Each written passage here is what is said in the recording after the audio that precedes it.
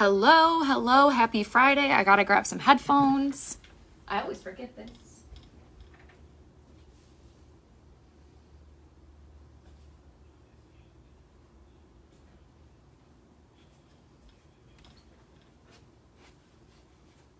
I don't know where my headphones are.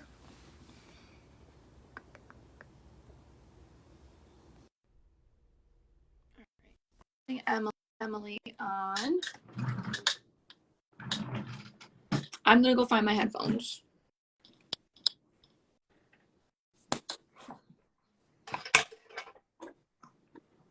Oh, I know where they are.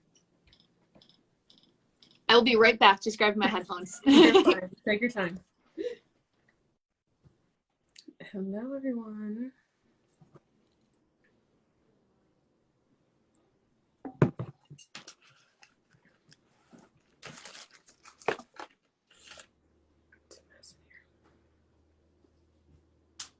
This is so much better.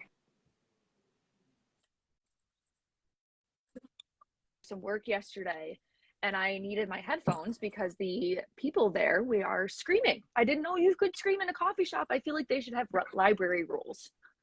Yeah, I actually agree. Yeah. Oh my God. I haven't worked in a coffee shop in I don't know how long. That sounds amazing.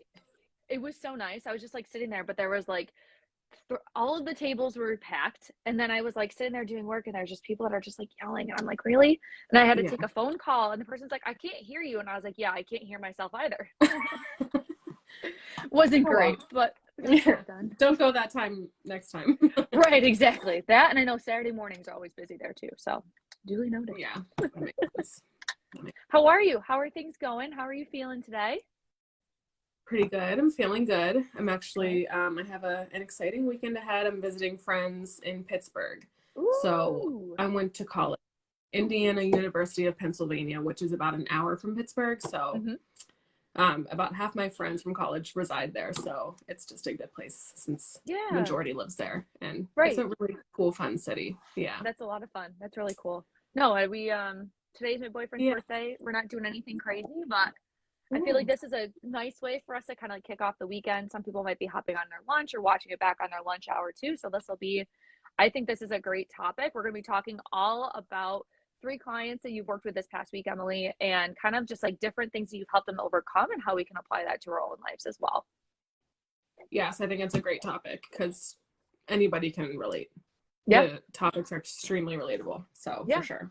And that's something too, where we see a lot of, every client is different, but we see a lot of the same things as far as that happens between them. You know, like there might be, I joke, but it's 100% serious. Most of our clients end up going away on vacation within the first month of working with us. I don't know how it works. Honestly, you're actually totally right. Yeah. All of my clients have gone on vacation. Every single one. And they bring it up too on our get to know you call of like, I'm going to be going on vacation in a couple weeks. I'm like, it's standard here.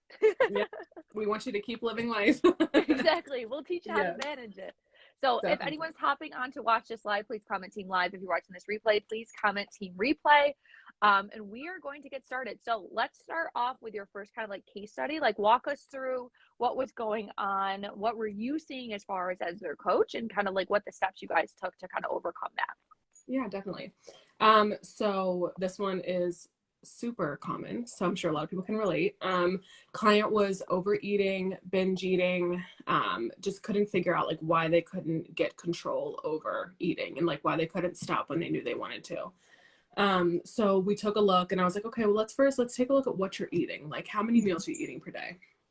Found out she was only eating about 3 meals per day and they weren't really great meals. They weren't that like balanced and they're pretty small, whatever.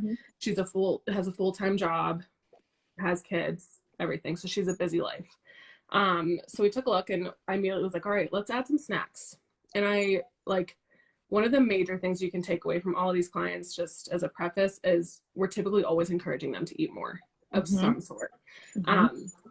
So we decided to encourage some snacking in between the meals just so she could get better control of her hunger.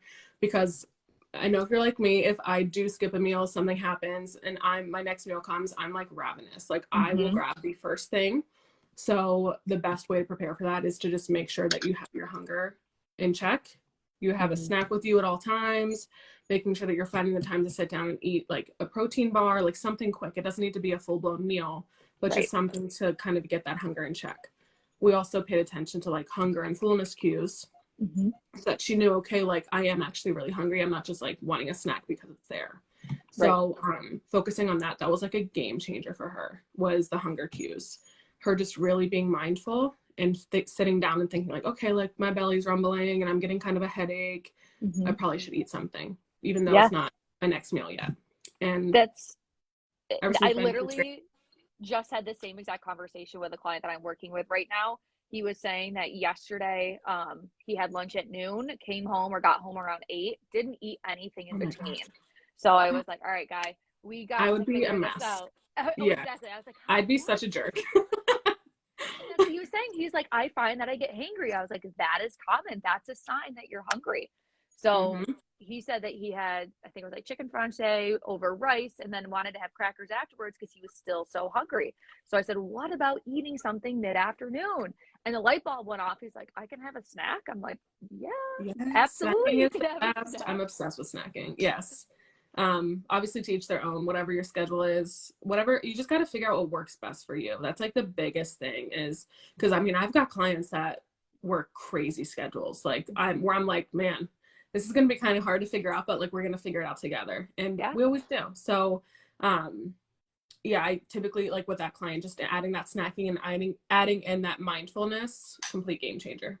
Absolutely. Absolutely. So it sounds like regular meals has been this key for this person, as well as trying to say, like, let's not go too long without eating. Let's figure out how we can Yes. keep you feeling good and full so that you're not getting to the point where you're overeating or binging. Yeah, definitely, for sure. Awesome.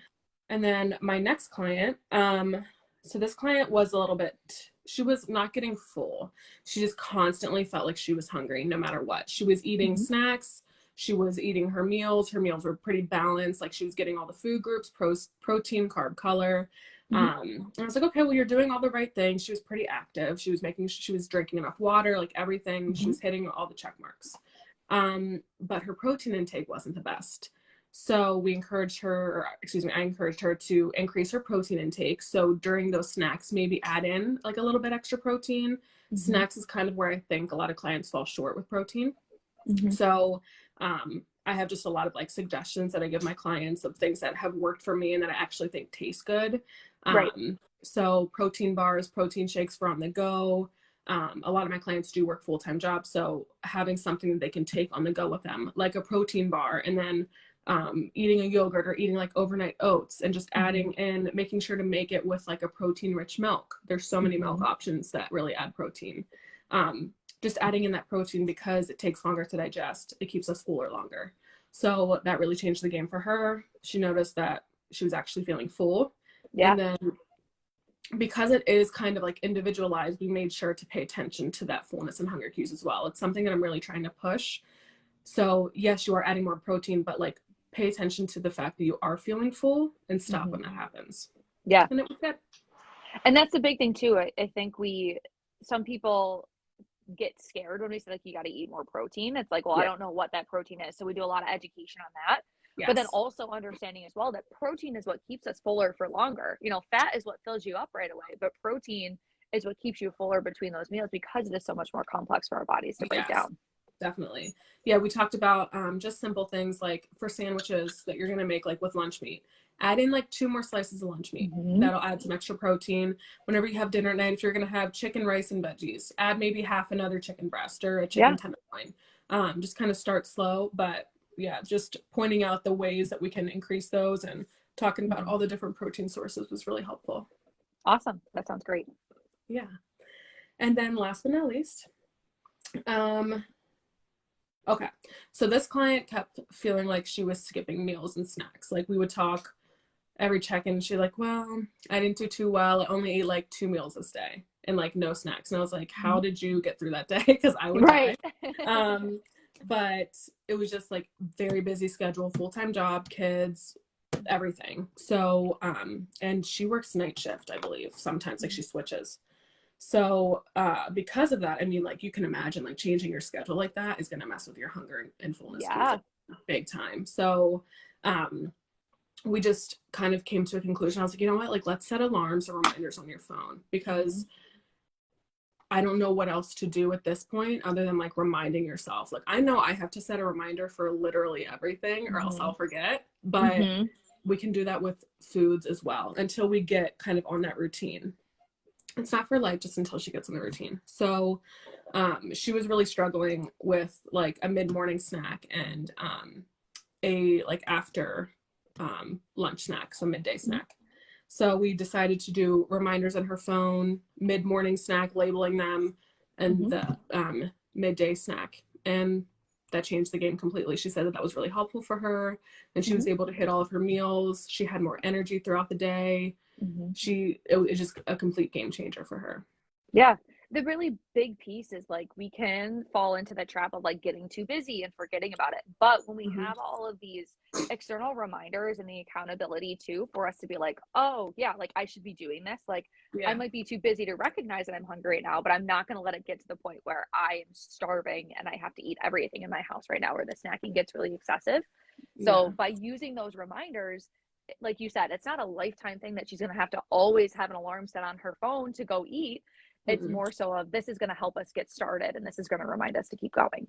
Yeah, definitely. I actually had another client that struggled with this, and it wasn't during her work days. It was always on her days off when she was like doing things around the house and just like everything was like piling up. And then she would like get to her meal and she would go crazy. So really making sure to set reminders for her changed the game big time. So and then like now that we're talking, because that was like weeks ago, she doesn't even need the reminders anymore. It works. It happens really fast because your body kind of gets accustomed to that, and focusing on those hunger cues as well. Like, no, okay, like I'm getting kind of hungry. I haven't eaten yet this morning and it's like 11 o'clock. I should probably eat something. So right. Sometimes we just need that routine, you know. Yes. If we can